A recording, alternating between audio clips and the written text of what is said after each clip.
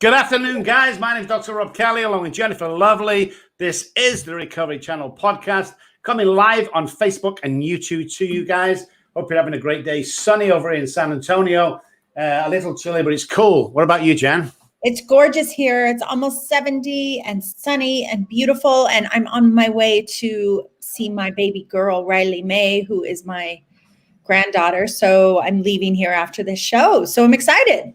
Excellent. Tell everybody what we've got coming up for our teaching coaching course. Oh, I'm so excited. So we have the ultimate coaching program starting. So it's an ontological / sober recovery coach course. And it starts March 13th. It's on the weekends. And it is going to be, if I may say, badass. And there's nothing like it, because we're bringing ontology, which is the study of being, who you are being in the world, with recovery, which is two places that they don't always intersect. And I'm excited to be doing this work with you. And I'm excited to learn all of your yummy, gushy knowledge. I'm going to soak it up.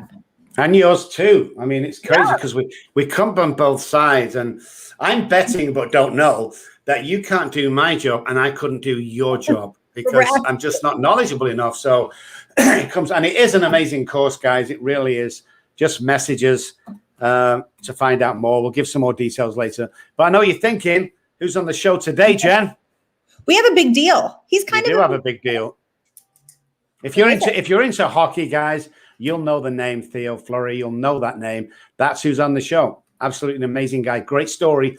I was on his podcast some months ago, and such a great guy. So after the short commercial break from our sponsor, guys, Theo will be on the show.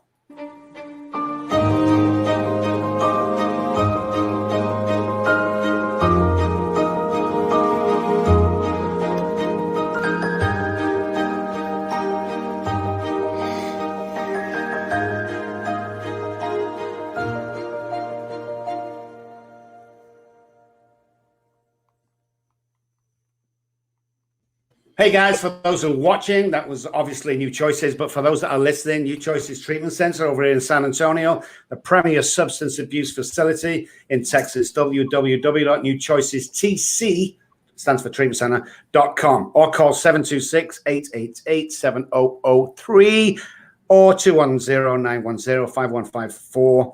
Such an amazing place. It's one of the only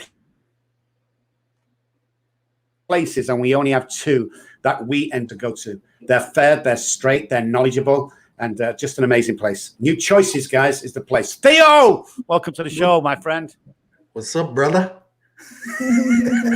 How you doing? That's funny that you have a treatment center commercial, because I'm a wily veteran of 4 treatment centers myself. So. I love it. That's awesome. You know, I think my children have you beat. They're 16. Wow. Yeah. It took that many treatment centers to get them to recover. Wow. And a couple stints in jail, I think, helped a little bit. Yeah, that's a good one. That's a good Grabs one. their attention real quick. You know, I spent one night in jail, and I went, that can never happen again. And it didn't. So yeah. Now I work in the jails. Now I work in the prison system. So it's one of my absolute favorite things that I get to do. So well, tell us, you're a big deal. So tell us who you are. And don't they talk about humility in the big book? They do, but let's leave that off the table for just a minute. For sure. Yeah, I'm a former professional hockey player. Played 15 years in the NHL and had tremendous amount of success throughout my career. I was a part of some very incredible teams throughout my career. Won a Stanley Cup, won a World Junior, won a Canada Cup, Olympic gold medalist, played 1,000 games, had 1,000 points, played in 7 All-Star games. And in 2003, I got kicked out of the NHL because I couldn't stop drinking and I couldn't stop doing drugs, and my behavior was completely out of control. That is a crazy resume. That is a crazy resume. I'm like thinking, what? I mean, what great on the show when I was on with you and great doing some research. But when you say it out loud, I mean, man, that's a lot of stuff that you achieved. Now, when they kicked you out for drinking, most of that stuff you did, was you intoxicated during that time? Or did you ever go on ice intoxicated? Never. Wow. No, I did all my bad stuff after I left the playing field. Yeah. There was many days when I showed up at practice, I was still wasted, but never during a game. So. Wow. Yeah. That's crazy. So I just have to say, like, the thing I love about hockey the most are the fights. Mm-hmm. Yep. My all-time favorite. And then the other thing, Dr. Rob doesn't even know this about me, is that I used to skate in roller derby, and I was a roller derby girl, and I was just like badass, and I loved it because I love the physicality of it. Oh yeah. Yeah. You know? There's nothing like physical competition. Yeah. That's what I love the most. Yeah. You know, and I was I'm vertically challenged. Mm-hmm. So I was one of the smallest players to ever play in the National Hockey League. So wow. And, so I had a very large chip on my shoulder, and needless to say, I retired with 1,800 penalty minutes. Wow. To go along with you know, I always say it was the best anger management class I could have ever taken. It was called the NHL, because I could go out on the ice and beat the shit out of somebody, and they put me in the box for 5 minutes, and there wasn't a police officer in the penalty box with handcuffs charging me with assault. And I'd sit in there for 5 minutes, and then I could go out and do it all over again. Win-win situation. Absolutely win-win situation. I tried that. I go to jail.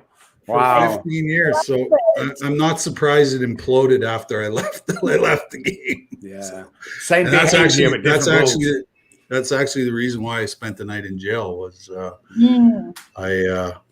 my girlfriend, fiance at the time, I came home in a drunken stupor, and she was not happy that I was out, and I had a one-of-a-kind painting that I had, and when I got home, it was on the doorstep, and she had taken a knife to it and cut it all up, and that led to me creating some violence, and she called the police, and away I went.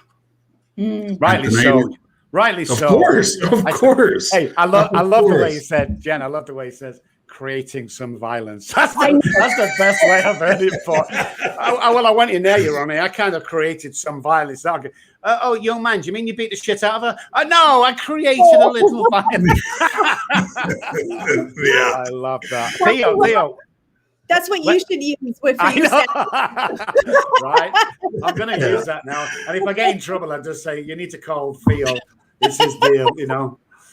So let's take you back to the beginning. Where did it all start for you regarding the addiction side?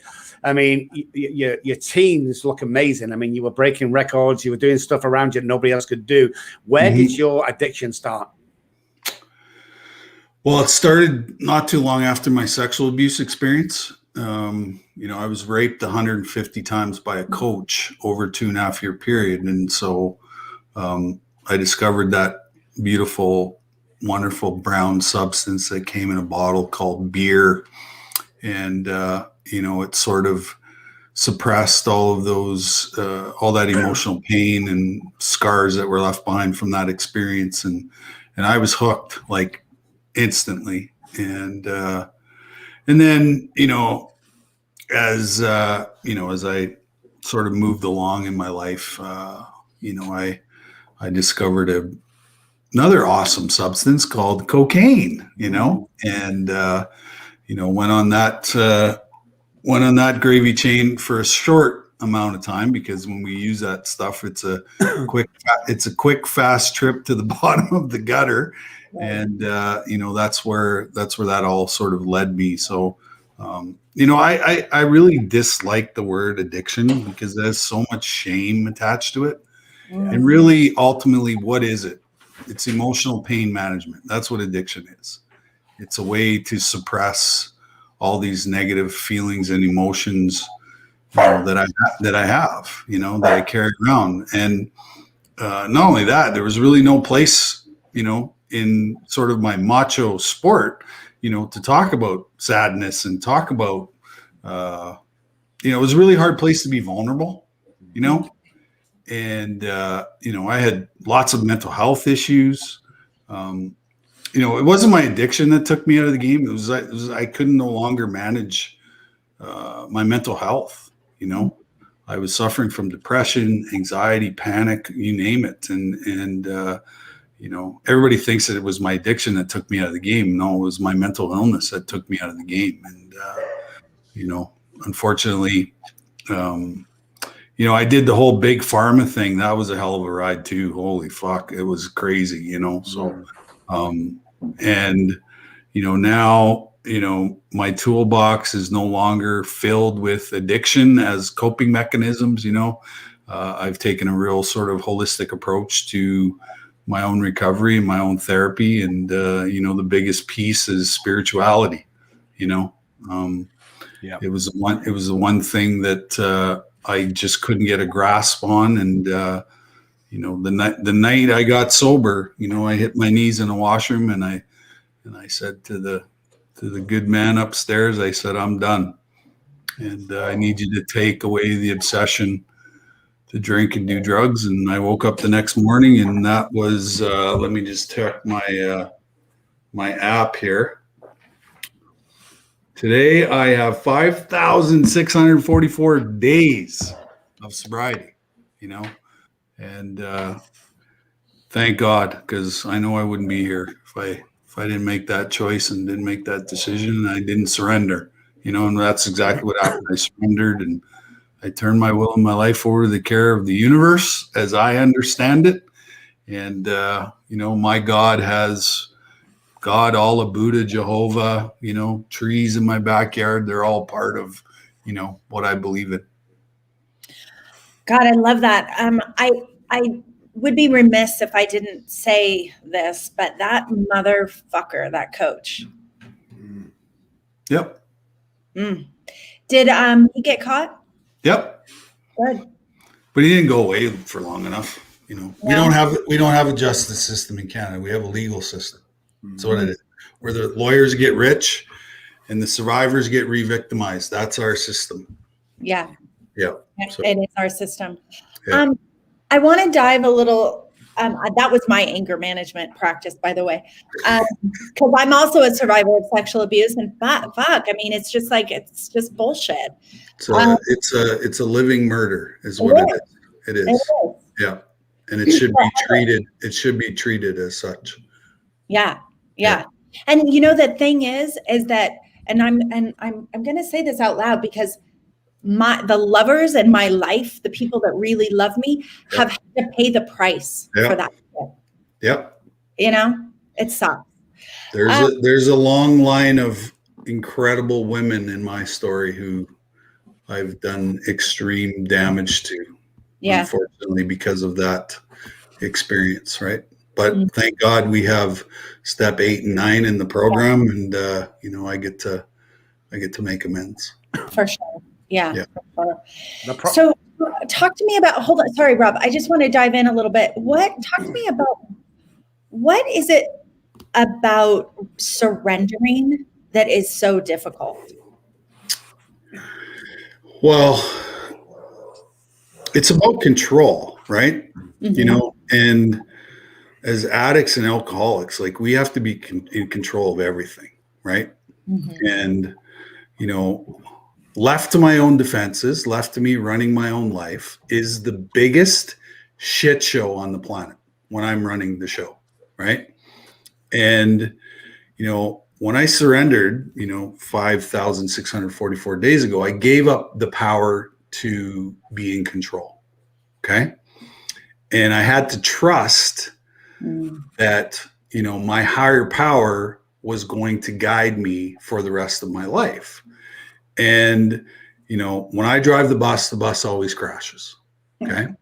So, 5,600 and some odd days ago, I got into the passenger seat And I let anybody else who wants to drive the bus.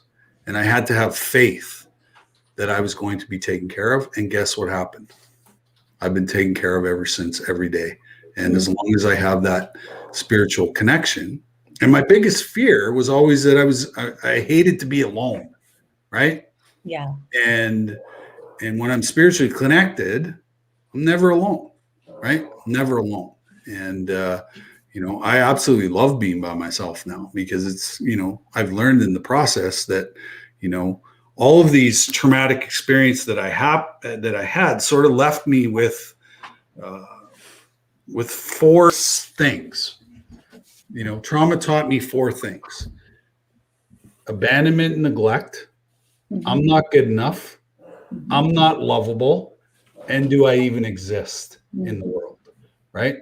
Mm-hmm. And what I know from neuroscience is that I can actually rewire my brain. I can rewire my beliefs. I can change my nervous system. I can create new pathways for, new neurons to grow, all that stuff. And so, as a part of sort of dedicating my life to healing myself, I've been able to, rewire that piece, and I love myself. I take care of myself, all of those things, because ultimately in recovery, it has to come down to you, right? You have to get rid of all those old beliefs and all those old teachings and all those old things.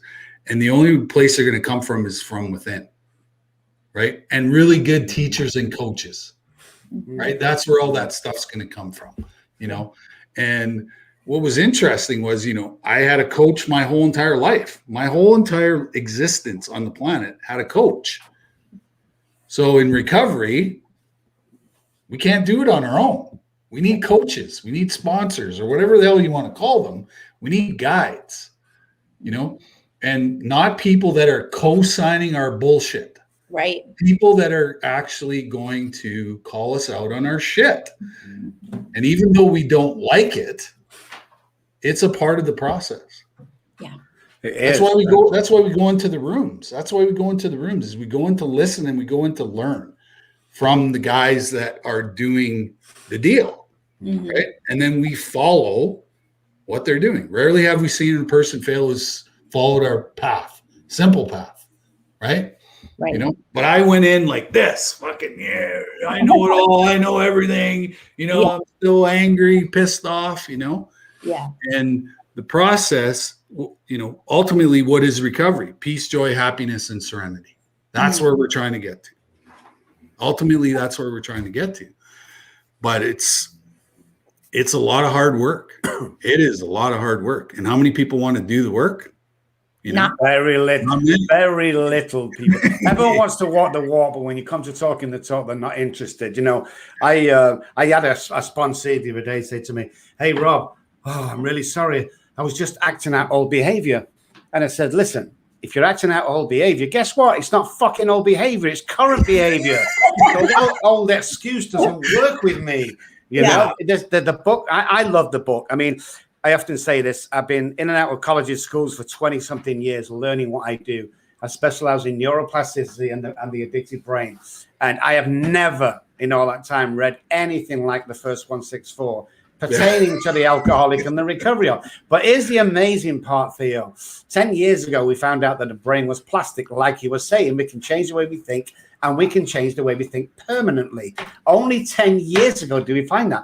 But in 1938, when them guys are writing the book, they talk about a psychic change, psychic of the mind, psychologists, psychiatrists, a change of mind. In 1938, and yet only 10 years ago, we found out you could do that. So unless the psychic change in neural pathways happen, you see, I look at it that we have self-sabotaging neural pathways when we're born with the addicted brain. So I'm always going to build a bright future, and I'm always going to knock it down or do something like that all my life. And the reason why I do that is because my brain tells me to self-sabotage.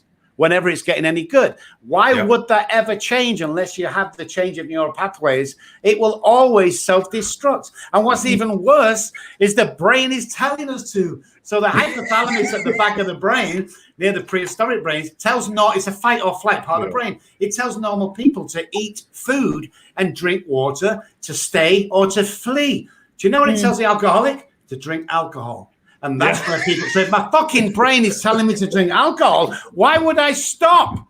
It's impossible to stop once you start. So, you need people in your life that you trust, who you can trust fully with your life. Because if you don't get through this shit, I don't care what you do and who you are, it will come back and it will bite you on the ass. And guess what, guys? It's a progressive illness. Never gets any better. Never gets any better. Okay, Theo, give me your best and worst time throughout your life to date. Well, I think my best time was, I was always told you're too small and you're never going to make it. I wish I had $1 for every time somebody told me that, because I wouldn't have had to play in the NHL. I would have been rich beyond my wildest dreams, right? And so the greatest time of my life was I got to do something for 15 years that I absolutely loved to do. And they actually paid me to do that, and I got to do that for 15 years. And because of that, I had all these incredible moments in my life. And the worst time of my life was right at the very end, when 16 years ago, I had a fully loaded pistol in my mouth, ready to pull the trigger, not because I wanted to die, but because I was completely exhausted from living in emotional pain and suffering for the majority of my life. And I tried everything on the planet to get rid of this pain and this suffering. And right at the moment of truth, when it was time to pull the trigger and end my life, this little voice in my head said, "You've never quit anything in your life. Why are you quitting now?" And that allowed me to take the gun and throw it into the desert. And I had two choices. Was I going to die or was I going to live? Well, I chose to live, but guess what? I have no fucking clue how to live life on life's terms. And then, that started this whole journey of healing and self-discovery and getting rid of the trauma and getting rid of all the resentments and the anger and the frustration and, all that stuff. And so, even though it was like the worst time of my life, it was probably the best thing that ever happened, So, I've always managed to take something negative and turn it into something positive my whole entire life, So it, even though it was a dark time, but I had to go there to get to the place that I realized that I really wanted to live, and I knew that what I was showing the world was not who I really was. I was way better than what I was showing the world. And so every day that I've been sober, I've been trying to, to show people the best part of my heart and my soul. I love that. Absolutely. Going to commercial break, guys. Theo Fleury is on the show. We'll be right back after this. Wait, you want some more?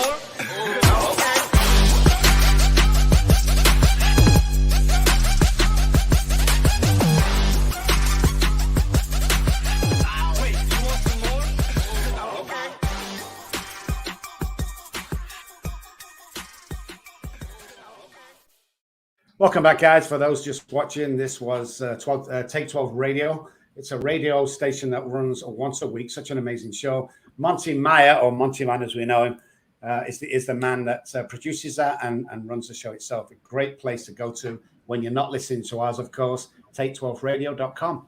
Okay, Jen, it's all yours. Awesome. Thank you. So I came into this program by way of my qualifiers are my children, recovered heroin addicts. And I sat in the rooms and was like, these aren't my people. What am I doing here? And sat there and judged the shit out of all of them, right? Right. Until about 2 months into it, I was like, oh, these are my people. And I began to allow myself to open up, and healing began to happen just by way of even listening, sharing a little bit and listening. Yeah. And it's no mistake that both of my kids turned out to be heroin addicts with a mom like me, right? I have my own addictions and own shit, right? Yep. And especially like having been sexually abused, I was like, of course, I carried all of this trauma and passed it down. And the thing that I'm really, really aware of is that it is the best thing that ever happened to me. Like when people are like, "Oh, I'm so sorry that happened." No, I'm really not. Yes, it's very painful, but no, I'm not sorry. Yeah. And so I'm always curious, and people always ask me, Rob, this happens with Rob and I's clients. Jen, how do I love myself? Tell me how I start to love myself. Right. I'm really curious, Theo, how do you begin to love yourself? Well, I think first of all, that surrender piece was part of self-love. And that day I made a promise to myself that no matter what happened in my life from here on in, I'm never going to pick up again. No matter what, I'm not going to drink. Right. That's part of self-love, right? Is having those realizations that, I call alcohol like a solvent. Mm-hmm. When I put it in my body, everything disappears. Family, wives, jobs, friends, everything disappears, right? And I'd been through that process many times. But the journey is a 3-step process. It's emotional healing, it's physical healing, and it's spiritual healing. And when you dedicate yourself to doing one of those 3 things every day, then you're practicing self-love, right? Booking an appointment with a therapist, that's self-love. Sleeping 8 hours a day, right? Eating properly, exercising, and then practicing spirituality, whatever that looks like for you, And, I found my spirituality in the Indigenous community. I'm an Aboriginal person, and, I do sweat lodges with one of the most powerful medicine men in the world who lives a couple hours, down the road from me. And so when I participate in ceremony, that's self-love, right? Because I'm taking care of myself for the first time. Because after my abuser left my life, guess what happened? I took over the abuse and I abused myself with drugs and alcohol and relationships and, you name it, right? Anger, resentments, all that stuff. And so, anytime you're doing anything that's going to improve the quality of your life, that's self-love, right? And nobody does it perfectly. And I always say the one guy that did do things perfectly, guess what? They killed him. Jesus, so. Yeah, exactly. Right? And so, self-love is a hard thing for us to get around, and, I grew up in I grew up in an addicted environment, like both my parents. And so I was in Al-Anon before I was ever in Alcoholics Anonymous, right? Because I'm a codependent fixer, type of guy. So, I also have that as a part of all of this too, so. Double winner, baby. Oh yeah. Yeah. Crazy. I say I belong to all the A groups, all of them. And there's 22,000. I don't know how many there is, but yeah, put my name down for everyone. Yeah, exactly. So before we get into what you do today, I want to ask you a personal question, and it's only because I was an abuser. But was there any steroid use while you were playing? I didn't see any of that. Not okay. No, hockey players we're drinkers. We're just hardcore drinkers. I think towards the end of my career, there was a few guys that, dabbled in human growth hormone stuff, but I never saw it. We smoked cigarettes, we drank booze, and did some drugs. But other than that, because we were playing like 3-4 games a week and traveling all over North America, right? So, but I never saw them. Like nobody ever brought them out. Nobody ever approached us. Or I would say the fighters were the guys that probably got more into, the steroid stuff. Because for me, my game was agility and quickness and all that. If I took steroids, I'd just be this big blob, and I would have had cement hands and I would have chopped the puck up into a million pieces. So, I needed, I needed that, that finesse, so to speak. So I remember being over when I first came over here. I was going with this girl. And we met a family for the first time, and it was nerve-wracking for me. So I went there, and what happened is I was using sweetener, and I spilled most of it on the table. So we're all talking, and without even recognizing, I'm using the paper of the sweetener to kind of make it all straight lines across the table. And when I realized I did it, I looked up, and everybody was like, everybody knew. And they didn't even know I had a problem, but everyone knew after that. It was like, oh man, that's funny. Yeah, I absolutely loved cocaine. It was like heaven to me, and going through my own process of trying to put the whole entire puzzle together. My mom, while I was in utero, took Valium. So, I was the happiest, calmest baby for 9 months that you probably could ever, because I was bathing in GABA, right? And what happened is it actually caused some brain damage because it shut off my dopamine, serotonin receptors. So when I came out into the world, I was anxious, scared baby, right? And when I discovered cocaine, so all the people I would be doing cocaine with, they'd be talking 400 miles an hour, chewing on their faces, tweaking all this stuff. And I would do cocaine and I would be completely mellow, right? And so, I got super addicted to it because it was like medicine. It was because when I was on the ice, playing in front of 20,000 people every night, it's pure dopamine, pure serotonin. It was the only time my brain was actually functioning, at an optimum level. But when I left the rink, can't produce dopamine, so go to the bars, go to the strip joints, one-stop shopping, replace it all. Yeah, just replace it all. I still get that today whenever I speak anywhere or I'm on TV. Not so much TV, but the speaking. Yeah. I'm very nervous before I go on. I do what I need to do. Don't really remember it when I come off. It's such a low.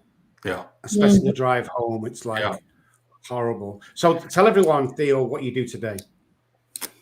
Well, let's see. I have many hats that I wear, but I'm a speaker first and foremost. I've done 800 speeches in the last 12 and a half years. I am a author. I wrote 2 best-selling books. I'm working on my 3rd one right now. And what else do I do? I'm a facilitator. I do workshops. I work in the prison system. I work in the Indigenous community. I'm a sobriety coach as well. I have 4 or 5 clients as well. And it's all about recovery. My whole entire existence is about recovery. I dedicated my life to recovery after I wrote my book, my first book, because I got completely run over after I finished writing the book. People were coming at me from every direction, sexual abuse survivors wanting to tell me their story for the first time in their lives. And so, the biggest epidemic on the planet is not COVID-19. It's trauma, it's mental health, and it's addiction. That's the biggest epidemic on the planet.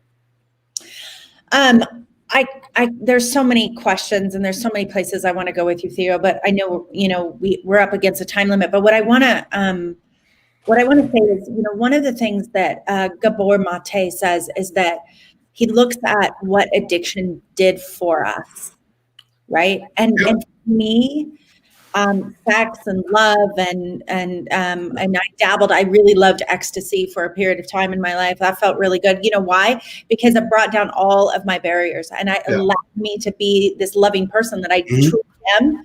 Yep. But and not have to have sex with it either, right? Right. Because I equivalated sex with love, and that was the only way I could do it. Of course. But so when we look at what our addiction has done for us, it then gives us access to that self-love that we can ultimately get to. Yes. Right? Mm-hmm. So I'm really curious, what how do you express that with your clients? How do you get them to that place where they can see what addiction did for them? Yeah, well, it's a lot of patience, that's for sure. Yeah. You just try to guide them so they have that light bulb moment, right? Mm-hmm. And to me, coaching is about asking questions. Yes. That's all it is. It's about asking questions, and then the next question, the next question, the next question, until they actually have that moment, that awakening, right? Mm-hmm. And when the light bulb goes off, that's when they get it, right? That's when they get it. But sometimes, I've had experiences where people have got it in the first week, and I have guys who are been in and out of sobriety for 25 years who are still, haven't been convinced yet that they have a problem, or they don't know how to stop or whatever. So, it takes a tremendous amount of patience, but it takes a tremendous amount of love. Yeah. Right. I think, when you love people on a spiritual level, right, where everybody matters, everybody's story matters, and I always say, your story is my story and my story is your story, right? And take all the hockey stuff out of my story and I'm just a floor licking drunk. That's what I am. Mm-hmm. At the core of who I am is that. Because if I drink again, that's where I'm going to end up, right? Jails, death, institutions, right? Every time. And so, we have that stupid saying, I'm going to love you until you can love yourself. Mm-hmm. Right? It's true, because we've never experienced that kind of unconditional love, in our lives.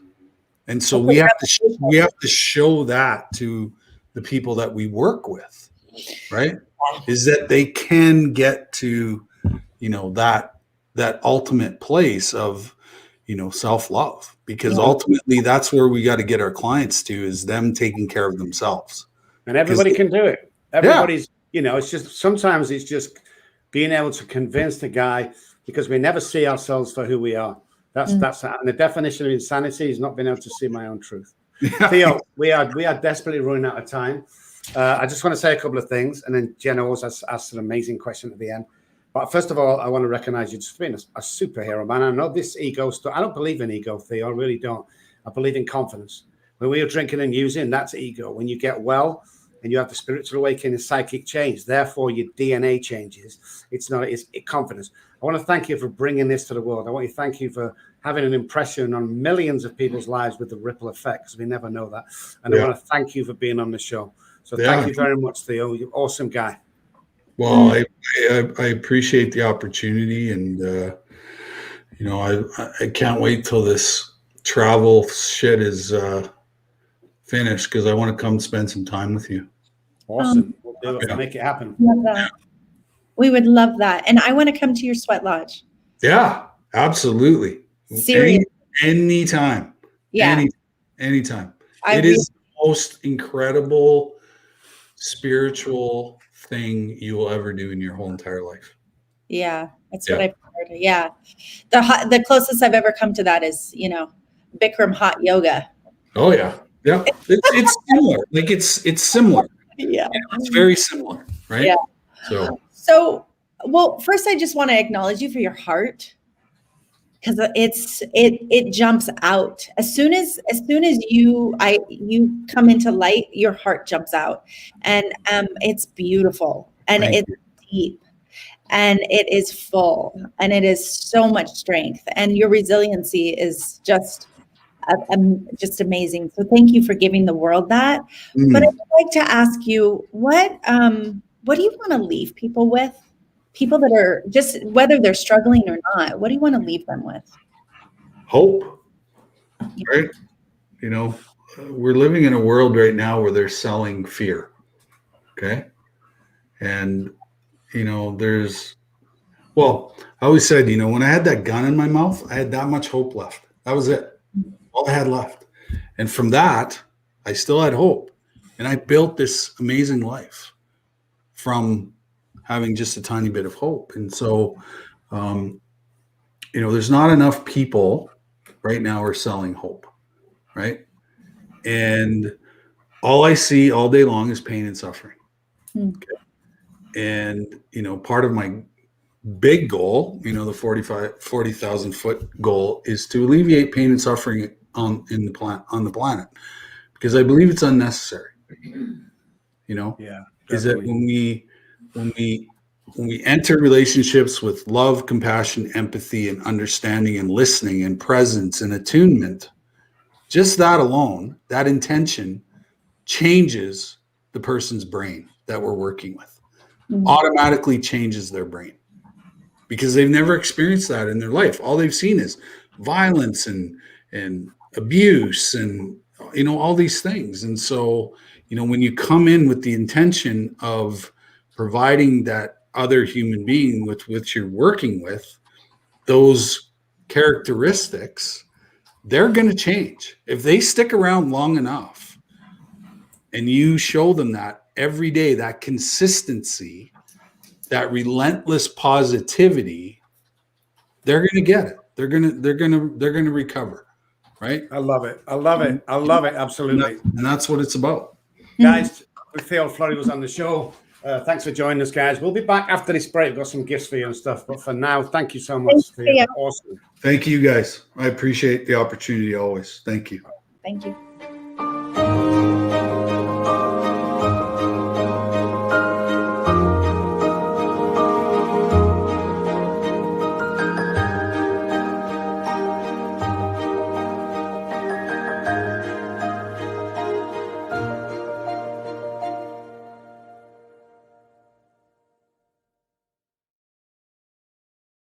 Welcome back to the end of the show. That was New Choices Treatment Center, guys. One of the only two that we refer to, I must admit, premier substance abuse facility in Texas. New Choices TC Treatment Center.com, or call them on 726-888-7003 or info@newchoicestc.com. Hey guys, thank you so much for joining us. And that was an amazing guest, but I only have 2 minutes before I go live on a national radio show. So we want to tell you a couple of things. Well, first of all, thank Theo for coming on. Just an amazing guy with an amazing effect on loads of people. And first of all, you see these amazing cups. There you go. You can have one of yours. Channel. Anybody can have one. All you have to do for guys living a million miles away is pay postage. We'll pay for the cup. We'll pay for all the packing. Just pay postage. You can look up Janet Kelly. She'll do all the details. Or you can text or email myself or Jen. And don't forget, we have the Addiction Diaries is also online by Jennifer. And Daddy, Please Stop Drinking. And once again, Thank you so much. And I'll hand over to Jen. And I just really want to say, if Theo is not an example of being a powerful coach in the world and spreading hope, I don't know what is. And I don't know what else you need to sign up to become a recovery coach with Dr. Rob and myself. So the ultimate recovery coaching program, please reach out to Dr. Rob or myself and we will get you signed up. This is going to be an amazing opportunity. And we're going to be doing it in the springs and fall. So if you can't catch it this time, of course you can catch it next time, but please reach out to us. And thank you, Dr. Rob. That was an amazing conversation. Always feel so honored to be in these conversations with these human beings. So I know. Absolutely perfect. Thank you, guys, once again. From me and Jennifer, we'll say we'll see you next time and have a great week. Thank you, guys. Bye.